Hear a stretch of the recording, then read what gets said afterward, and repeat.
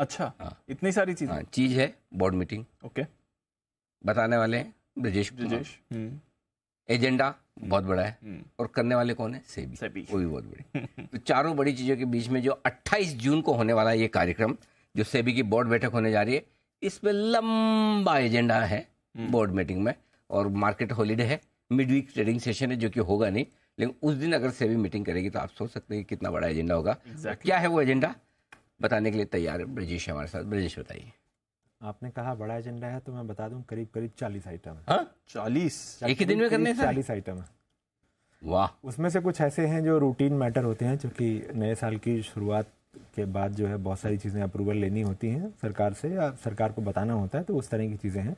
लेकिन जो काम की चीज़ें हैं वो मैं बताता हूँ। अदानी एपिसोड के बाद एफपीआईज़ की होल्डिंग को लेकर बहुत ज़्यादा शोर हुआ था, तो उसमें से एक बड़ा एजेंडा ये है कि एफपीआई से एडिशनल डिस्क्लोजर लिया जाएगा, यानी मिनिमम से मिनिमम होल्डिंग किसकी है, सेबी इसकी भी जानकारी ले सकती है। ये नियम लाने पर बोर्ड चर्चा करेगा। यानी कि अगर आप किसी की होल्डिंग 1% या 2% भी है एफपीआई के स्ट्रक्चर में, तो उसकी पूरी की पूरी जानकारी ली जाएगी। साथ ही ये भी शर्त रखी जाएगी वो किसी भी तरह की एप्लीकेशन के टाइम पर प्राइवेसी की कंडीशन नहीं लगाएंगे। यानी जो जानकारी चाहिए सेबी को सब देना पड़ेगा, एफपीआईज को कंप्लाई करना पड़ेगा। तब इसका पर्पस है कि जो है ट्रांसपेरेंसी जो है वो अच्छी रहे। हालांकि इसके लिए बाकायदा थ्रेशोल्ड सेट किया गया है। ये सारे एफपीआईज के लिए नहीं होगा, जिनका एयूएम 50% सिंगल ग्रुप या कंपनी में होगा उनके लिए होगा। भारतीय बाजार में कम से कम 25,000 करोड़ रुपए से अधिक का निवेश होगा और इस तरह के और पैमाने तय किए गए हैं, तो ये उनके लिए लागू होगा। मकसद यही है कि मिनिमम पब्लिक शेयर होल्डिंग के रास्ते का एफपीआईज के जरिए दुरुपयोग नहीं किया जाए।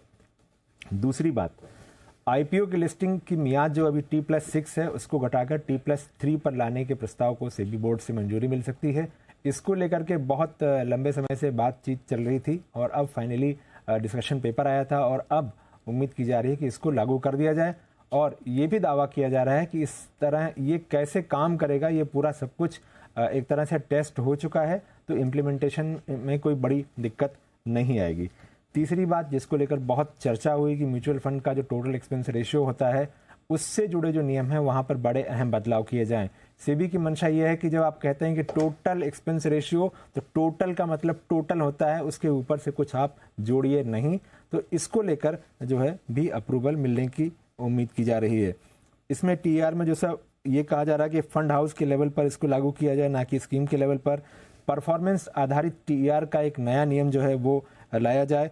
सीधे एक्सचेंज में सौदे डाल सके म्यूचुअल फंड, ताकि जो फ्रंट रनिंग होती है उसको भी दूर किया जा सके। और जो कॉस्ट है जो करीब 6 पैसे के आसपास आती है, नॉर्मली ब्रोकर को 12 पैसे देने पड़ते हैं, तो वो भी कैसे कम किया जाए। और जब साइज बड़ा हो जाता है म्यूचुअल फंड का, तो कैसे ये खर्चे एक तरह से इकोनॉमिक लगने लगते हैं, तो उसका फायदा इन्वेस्टर्स को मिले। तो एक ये बड़ी बात हुई। इसके अलावा म्यूचुअल फंड में अगर गड़बड़ियां होती हैं तो उसके लिए इंस्टीट्यूशनल मैकेनिज्म बनाया जाए। मतलब गड़बड़ी हुई तो गड़बड़ी के लिए जिम्मेदार किसको माना जाएगा, गड़बड़ी किसने की, ये पूरा आइडेंटिफाई होगा। इस गड़बड़ी को ठीक करने के लिए क्या कदम उठाया गया, ये पूरा सब कुछ एक तरह से रिटन डाउन होना चाहिए। अभी ये नियम ब्रोकर्स के लिए है और एक्सचेंजेस के लिए है, तो ये नियम पूरी तरह से म्यूचुअल फंड पर भी लागू करने का प्रस्ताव है। इसके अलावा यूपीएसआई की जो परिभाषा है उसमें भी बदलाव किया जाएगा। इनसाइडर ट्रेडिंग को रोकने के लिए ये काफ़ी बड़ी चीज़ हो सकती है, ये प्रस्ताव अगर पास होता है तो। जैसा कि हमने देखा था कि सेबी ने पिछली बोर्ड मीटिंग में ये बदलाव किया था कि किन चीज़ों को मटेरियल कंपनियों को मानना पड़ेगा, उसके लिए बाकायदा क्वांटिटेटिव थ्रेशोल्ड तय कर दिया गया था, टर्नओवर, मुनाफा और इस तरह की चीज़ों को आधार बनाकर। तो अब जो जो चीज़ें उस क्राइटेरिया पर फिट बैठ रही होंगी वो सारी की सारी इवेंट्स यूपीएसआई होंगी, यानी गोपनीय मानी जाएंगी। और उसके आधार पर अगर कहीं कोई ट्रेडिंग करता है तो वो इनसाइडर के दायरे में आएगा। सबसे इंटरेस्टिंग चीज जो है इसमें एक और एजेंडा है, वो अनएक्सप्लेन्ड सस्पिशियस ट्रेडिंग एक्टिविटी है। यानी कि बार बार आप सौदे कर रहे हैं, आपके सारे सौदों में मुनाफा हो रहा है, या बार बार आप घाटे से बच रहे हैं, तो जिम्मेदारी आप पर होगी कि एक्सप्लेन कीजिए कि कैसे आप ऐसा कर पा रहे हैं। आप प्रूव कीजिए, सेबी नहीं प्रूव करेगा। अच्छा, आपको प्रूव करना है कि आप कौन सी ऐसी दिव्य शक्ति आपके पास है कि आप लगातार जो है एकदम वेरी नाइस, हाँ, घाटा बचा रहे हैं और मुनाफा कमा रहे हैं। लेकिन जब भी ये होगा तो सेबी ऐसा नहीं कि सीधा ऑर्डर पास कर देगा, आपको सुनवाई का मौका दिया जाएगा। बुला के बोलेंगे भाई कि आप बताओ, आप बताइए जरा कि ये दिव्य ज्ञान कहाँ से मिला आपको, और आप लगातार जो है मुनाफा कमा रहे हैं या घाटा बचा रहे हैं। तो बीच बीच में लॉस भी करते रहने का। इसके अलावा एक और चीज जो थी वो थी कि एफएंडो वाले शेयरों में जो प्राइस बैंड कैसे तय होता है उसका दायरा बढ़ाया जाएगा। अभी ये नियम है कि कम से कम एक ट्रेडिंग मेंबर, अगर एक से ज्यादा ट्रेडिंग मेंबर होना चाहिए जिसके यहाँ से क्लाइंट सौदे करें, तब जाकर प्राइस बैंड बढ़ेगा। तो एक ये इंटरेस्टिंग नियम है। इसके अलावा एआईएफ और फॉरेन वेंचर कैपिटल से जुड़े कई नियमों में बदलाव होंगे। शिकायत के लिए स्कोर्स और ऑनलाइन डिस्प्यूट रिजोल्यूशन का लिंकेज किया जाएगा कि अगर किसी ने शिकायत की है तो उसमें से इस दोनों में से कौन सा प्लेटफॉर्म उसको कन्वीनियंट है वो चुन सकता है।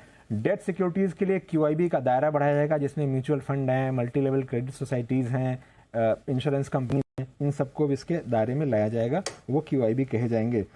जो फ्रैक्शनल ओनरशिप का कॉन्सेप्ट बहुत ज़्यादा चल रहा था बहुत सारे इलाकों, बहुत सारी जगहों पर, शहरों में, तो उसको भी रेगुलेटरी फ्रेमवर्क में लाने की कोशिश की जाएगी।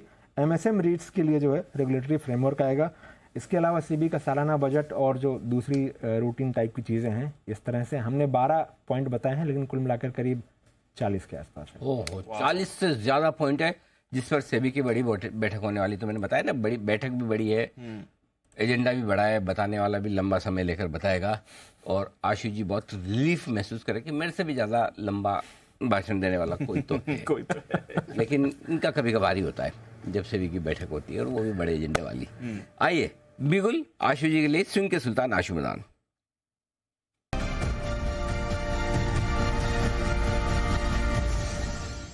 बताएं सर आपके इंडेक्स के स्प्रेड। अनिल जी, भाषण बड़ा हो या छोटा हो, चाहे ब्रिजेश का हो चाहे मेरा हो, इम्पोर्टेंट तो बहुत होता है, तो वो इम्पोर्टेंट चीज है अनिल जी। तो अनिल जी अपने आप को डिक्लेयर कर लिया। मतलब ब्रजेश का आपको इम्पोर्टेंट लगा? बिल्कुल अनिल जी, ब्रिजेश तो बहुत, आजकल तो मैंने कहा ना, बहुत सबका फेवरेट है ब्रिजेश तो। बिल्कुल है, इम्पोर्टेंट तो होता है, इसमें कोई डाउट नहीं। आपका भी होता है, चाहे वो जैन साहब का हो चाहे ब्रजेश का हो। काम की और बात अनिल तो जी- है। जी जी सर। अनिल जी, ऑनेस्टली ब्रिजेश से इंस्पायर होके मैं कल ट्वीट करने वाला था, मतलब सुन के, the compliance is either black or white, it can never be grey. तो I think this will be dedicated to Brijesh. क्या बात है, ब्रजेश ने डायलॉग मारा था क्या कल? अनिल जी ब्रजेश सुना नहीं मैंने। ब्रजेश ने डायलॉग मारा था क्या सर कल, कंप्लायंस वाला?